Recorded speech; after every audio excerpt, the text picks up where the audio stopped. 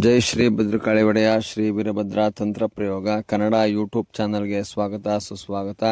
ವೀಕ್ಷಕರ, ಇಂದಿನ ಈ ವಿಡಿಯೋದಲ್ಲಿ ನಿಮಗೆ ಪರಿಚಯಿಸುತ್ತಿರುವ ಅತ್ಯದ್ಭುತವಾಗಿರ್ತಕ್ಕಂಥ, ಅಮೋಘವಾಗಿರ್ತಕ್ಕಂಥ, ಅದೃಶ್ಯವಾಗಿರ್ತಕ್ಕಂಥ ಈ ಒಂದು ಕ್ರಿಮಿ ಕೀಟವನ್ನು ನಾನು ತೋರಿಸ್ತಾ ಇದ್ದೀನಿ. ಇದರಲ್ಲಿ ಏನು ಅಂತಂದರೆ, ಪೂರ್ಣವಾಗಿ ಇದನ್ನು ಆಯುರ್ವೇದಿಕ್ ಪದ್ಧತಿಗಳಲ್ಲಿ ಬಳಸ್ತಾರೆ.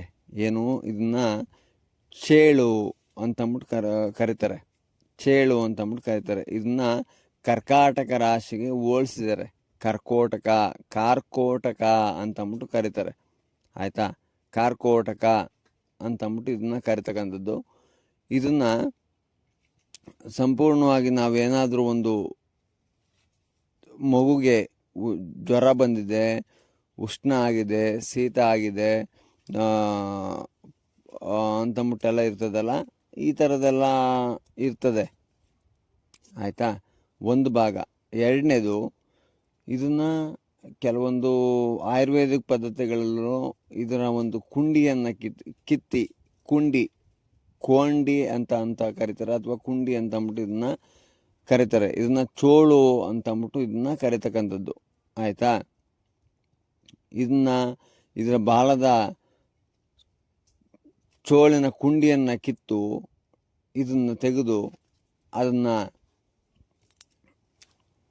ಕೆಂಡದಲ್ಲಿ ಹಾಕಿ, ಆ ಕೆಂಡದ ಹೊಗೆ ಭಾಗವನ್ನು ಹೊಗೆ ಏನು ಬರ್ತದೆ, ಆ ಕೆಂಡದಲ್ಲಿ ಹೊಗೆ ಬರ್ತದಲ್ಲ, ಇದನ್ನು ಕಿತ್ತುಬಿಟ್ಟು ಅದರೊಳಗಡೆ ಹಾಕ್ತಾರಲ್ಲ, ಹಾಕಿದ್ದಾದ್ಮೇಲೆ ಆ ಹೊಗೆ ಬರ್ತದಲ್ಲ, ಆ ಹೊಗೆಯನ್ನು ಪೂರ್ಣವಾಗಿ ಆ ಮಗುವಿಗಿನ ಶ್ವಾಸಕೋಶಗಳಿಗೆ, ಅಂದರೆ ಮಗುನ ಅದ್ರ ಮೇಲೆ ಹಿಂಗೆ ಮೂಗಿನ ವಾಸನೆ ತೋರಿಸಿದಾಗ ಇದು ಸಂಪೂರ್ಣವಾಗಿ ಹಾವು, ಚೋಳು, ಮಂಡ್ರಗಪ್ಪೆ ಇದು ಯಾವುದೇ ಕಚ್ಚಿದ್ರೂ ಅದು ನಿಶೆ ಇರಲ್ಲ, ಅದು ಅದರ ವಿಷ ಇರ್ತದಲ್ಲ, ಆ ವಿಷ ಇರಲ್ಲ ಅಂತಂದ್ಬಿಟ್ಟು ಇದನ್ನು ಹೇಳ್ತಕ್ಕಂಥದ್ದು.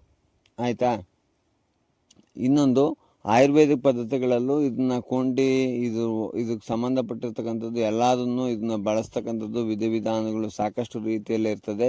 ಅದೇನೇ ಇರಲಿ, ನಮ್ಮ ಒಂದು ಮಾರ್ಗದಲ್ಲಿ ವಾಮಾಚಾರ, ಮಾಟ, ಮಂತ್ರ, ತಂತ್ರ, ಕುತಂತ್ರ ಪ್ರಯೋಗ, ಮತ್ತು ಭಸ್ಮ ಪ್ರಯೋಗ, ನಖ ಪ್ರಯೋಗ, ಕೇಶ ಪ್ರಯೋಗ, ಜಂಬೀರ, ಫಲಪ್ರಯೋಗ, ಇಂಥ ಪ್ರಯೋಗಗಳಲ್ಲಿ ಯಾವುದೇ ಒಂದು ಷಟ್ಕರ್ಮ ಪ್ರಯೋಗಗಳಿಗೆ ಸಂಬಂಧಪಟ್ಟ ಹಾಗೆ, ಮತ್ತು ಅಘೋರಪಂಥಿ ವಿದ್ಯೆಗೆ ಸಂಬಂಧಪಟ್ಟ ಹಾಗೆ ಯಾವುದೇ ಒಂದು ಪ್ರಯೋಗಗಳನ್ನ ಮಾಡಬೇಕಾದ್ರೂ ಇದನ್ನು ಪೂರ್ಣವಾಗಿ ನಾವು ಕೆಲಸಕ್ಕೆ ತಗೊತೀವಿ.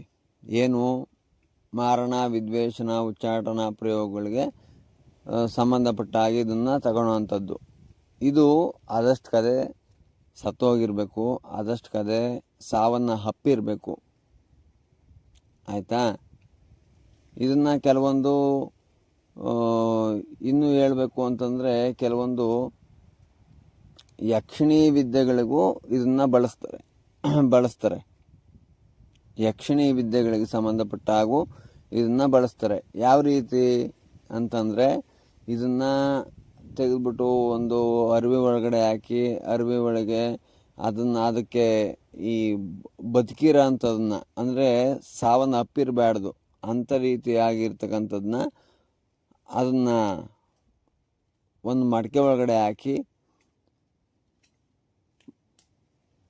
ಆಯಿತಾ, ಚೋಳು ಬದುಕಿರಬೇಕು, ಬದುಕಿರೋದನ್ನ ಒಂದು ಮಡಕೆ ಒಳಗಡೆ ಹಾಕಬೇಕು. ಮಡಕೆ ಒಳಗಡೆ ಹಾಕಿ ನೀವು ಈ ಹುಳ, ಉಪ್ಪಟೆ, ಹಾವು, ಚೋಳು, ಮಂಡ್ರ ಇನ್ನೇನು ನಿಮ್ಮ ಕೈಗೆ ಏನೇನು ಸಿಗ್ತದೆ ಎಲ್ಲದನ್ನು ತೆಗೆದುಬಿಟ್ಟು ಅದರೊಳಗಡೆ ಹಾಕಬೇಕು. ಹಾಕಿ ಅದನ್ನು ಸ್ಮಶಾನದಲ್ಲಿ ಊತಿಟ್ಟು, ಅದು ಕೆಲವೊಂದು ಪ್ರಯೋಗಗಳು ಇದ್ದಾವೆ. ಆಯಿತಾ,